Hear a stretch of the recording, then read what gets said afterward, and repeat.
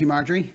Aopl, the Association of Oil Pipelines, represents pipeline operators who bring crude oil to our nation's refineries, bring refined products like gasoline, diesel, and jet fuel to communities where we can get to where we need to go, and bring natural gas liquids like propane and ethane, where they can be used for many uses, from rural heating to manufacturing. The mission of Aopl is to promote responsible public policies, continuous improvement in pipeline safety, and public support and trust for liquid pipelines. I've got three main themes today. First, that Americans need pipelines. Second, that the environment needs American pipelines. And third, that American pipelines need smart public policies. First, Americans need pipelines. American families, farmers, and workers depend upon the affordable and reliable energy safely delivered by pipelines. America's a big place. We're all spread out. It takes 2,800 miles to make a delivery from the Port of Los Angeles to New York City using diesel fuel. Here in the Northeast, 56 million of us live more than 2,000 miles from where crude oil is produced in West Texas, and 1,700 miles from where it's turned into gasoline along the Gulf Coast and put into a pipeline to reach us. Pipelines are the lowest cost way to deliver that energy from where it is produced, from where it is turned into needed products, and then sent to our local regions. Second, the environment needs American pipelines. There are multiple options for moving liquid fuels around this country. Pipelines are the safest. Pipelines are safe and getting safer. Government statistics from the Department of Transportation show a 36% decrease in liquid pipeline incidents impacting people or the environment in the last 5 years. Other modes have more incidents. Pipeline safety continues to improve through hard work by pipeline operators in collaboration with researchers, scientists, and government. We have high-tech inspection devices that travel proactively inside the pipeline, scanning for problems like an MRI or an ultrasound at the doctor's office. Maintenance crews can go out and perform preventative maintenance on an issue to fix it before it becomes a problem. Control room personnel monitor flow and pressure along a pipeline 24/7 and can shut a pipeline down if there's signs of trouble. With this system of proactive and preventive safety, greater than 99.999% of energy products on a liquids pipeline arrive safely. We work towards the goal of 100% delivered safely and zero incidents. We've been talking about Keystone XL today over the last 2 weeks, which lost a border crossing permit abruptly. When government scientists in the Obama administration reviewed the carbon footprint of Keystone XL, they found that the pipeline would emit fewer carbon emissions than any other transportation mode that could make those same deliveries. The same holds true for every other pipeline. They found 40% more GHG emissions on the next best option. Oil pipeline pumps are primarily powered by electricity, leaving no direct emissions. Pipeline operators focus on operating efficiently, which reduces the indirect emissions attributed to the electricity they consume. These efficiencies can be achieved through drag-reducing agents, which allow products to flow more efficiently through a pipeline, using variable speed drives that only consume the power needed, and operating pipelines at optimum flow rates. Add a pipeline to replace a train or a truck carrying oil, and carbon emissions go down. The environmental benefits of American pipelines don't stop on our shores. I thought of this when looking at the USEA's mission. That mission includes expanding energy access in developing countries and the use of cleaner energy. The energy transported by American liquid pipelines to export facilities is sent to the developing world. There, that energy significantly reduces global carbon emissions by replacing more carbon-intensive fuels. When a family can heat with propane instead of wood or dung, that family benefits and the global environment benefits, and America's liquid pipelines make that happen. Third, and finally, American pipelines need smart public policies in order to deliver those benefits to Americans and the environment. I have to start with permitting, which has been in the news with the Keystone XL decision of 8 days ago. When the border crossing permit was revoked, the triumph of political interference over exhaustive and unbiased review, 1,000 people were laid off that night and 10,000 workers lost a good-paying job they looked forward to. Americans, we lost additional access to stable supplies of low-cost crude oil from Canada. The existing Enbridge mainline system bringing Western Canadian crude to our country has been full for months. Even in the pandemic, with lower American refinery utilization of crude oil, apportionment on that system, meaning rejections of nominations because it's too full, is near a record high. 53% of all heavy crude nominations by pipeline shippers had to be rejected. Unsurprisingly, Argus reports that crude by rail exports from Canada to the US have surged. Policymakers and the public need to understand that when you stop a pipeline or don't allow one to expand, you typically don't keep the oil in the ground.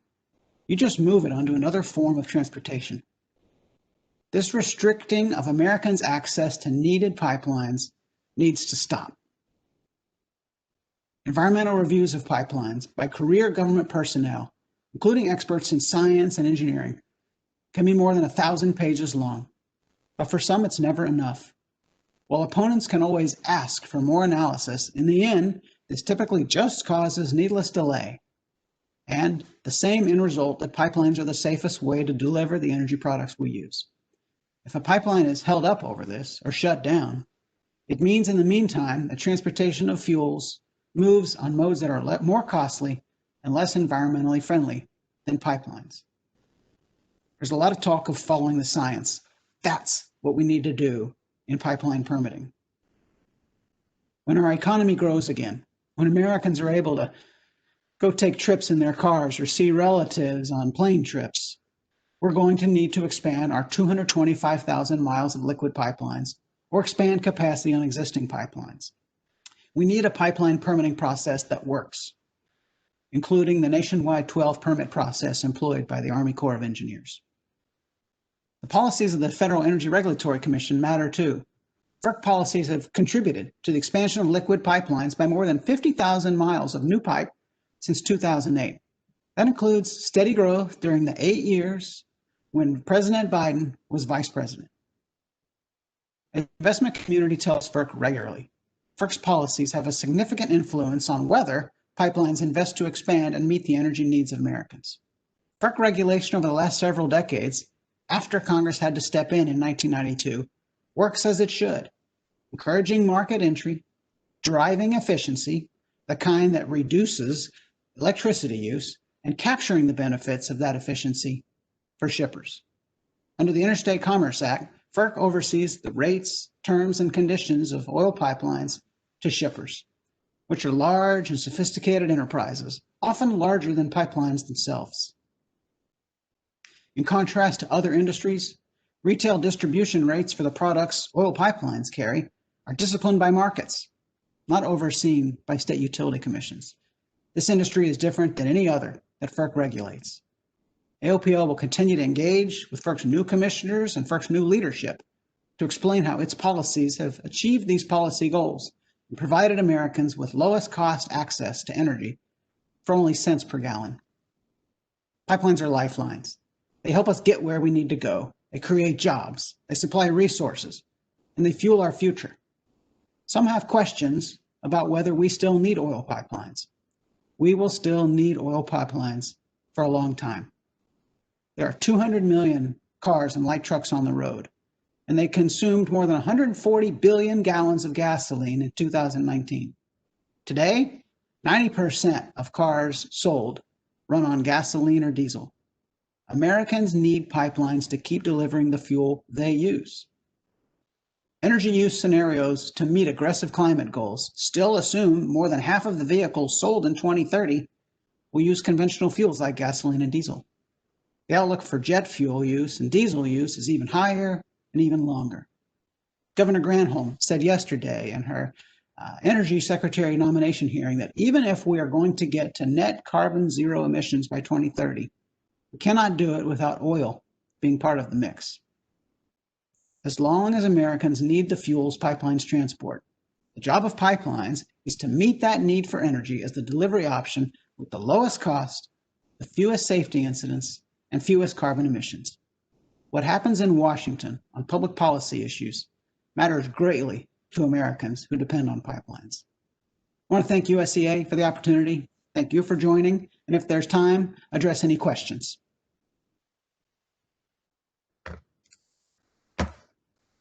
Andy, thank you so much for your presentation.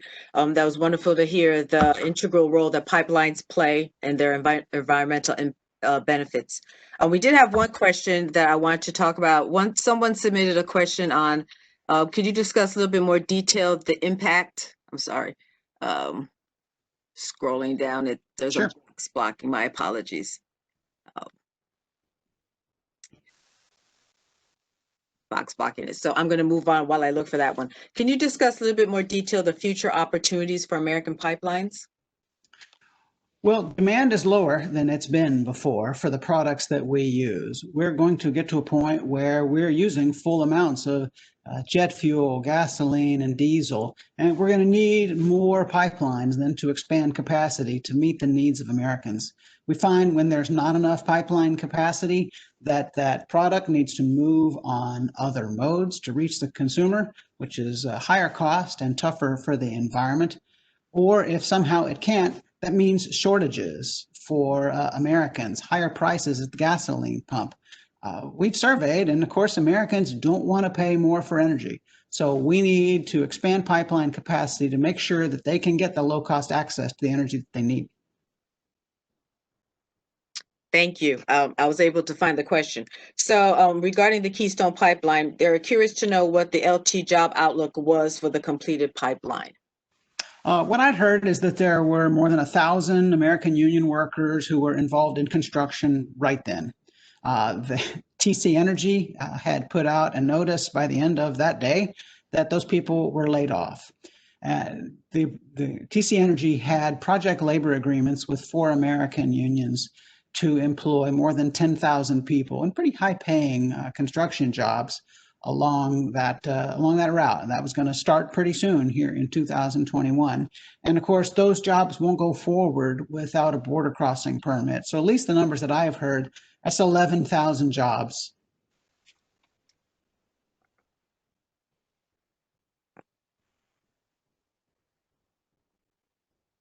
Sorry. You don't need to see me to hear the question. Okay, there we go. Final question. I think this might end it. Many organizations in today's forum have 2030 goals. What are the goals for AOPL? We don't have specific goals. That mission of responsible public policies, pursuit of pipeline safety excellence and public support, we want to achieve on each of those. We continue aggressive programs working with the American Petroleum Institute jointly to improve pipeline safety. We'd like to be at 100% safe deliveries and 0 incidents. I think we'll look back at 2030 and ask ourselves, do we have the pipelines that we need for what Americans need? Talked about how many cars are being sold today, 90% using conventional fuels. People hold on to cars a long time. They have afterlives with second owners. The question is, will we be able to maintain the pipeline network to make sure that they've got the gasoline to help them get where they need to go? Or will we be back in a period that some of us remembers from the 1970s of shortages and higher prices?